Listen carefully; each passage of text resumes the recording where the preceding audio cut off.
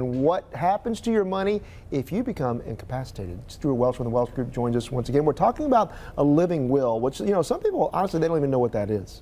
Okay, it's technically an advanced directive for healthcare. Most people think of it as living will, and it's really in two parts. So the first part is where you designate somebody as your agent for healthcare decisions if you can't make them. So you're in the hospital, you're comatose, decisions need to be made, you're not there, you're designating through this document who makes those decisions for you. And then secondly, if you're terminal, you actually tell people what level of care do you want. Do you want a feeding tube? Do you want a breathing tube? Do you want hydration? Do you want pain meds? And so you're telling them what you want, and so it's really those two parts. Well, some people would say, well, look, I know what my spouse wants. I know what my loved one wants. I'll just make that decision when it comes.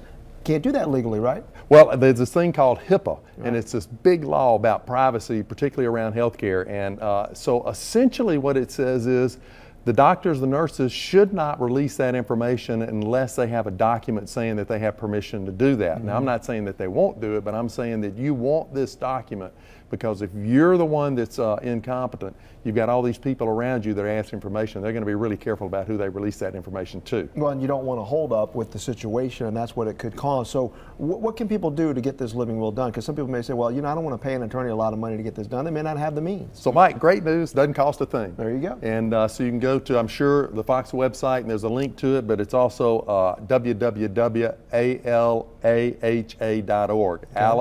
Okay. Alaha.org. Okay.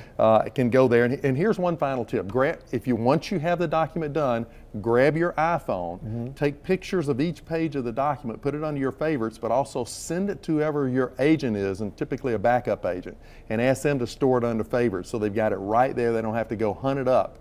They'll always have it right there on their iPhone. Probably send it out to a couple alternates as well. Yep, that's send it exactly up on right. The iCloud, Yep. so it's backed up everywhere you can. All right, Stewart Welch, by the way, congratulations on being the Grand Marshal of the recent Mountain Brook Christmas Parade. My first parade. It was a lot of fun. Oh, there's a picture of you right there. You got the you're dressed to the nines. Or you got the top hat going. Top hat, and listen, this is the coolest car I've ever been in. It was a 1960 Bentley convertible. Wow. Only 125 of these cars are made.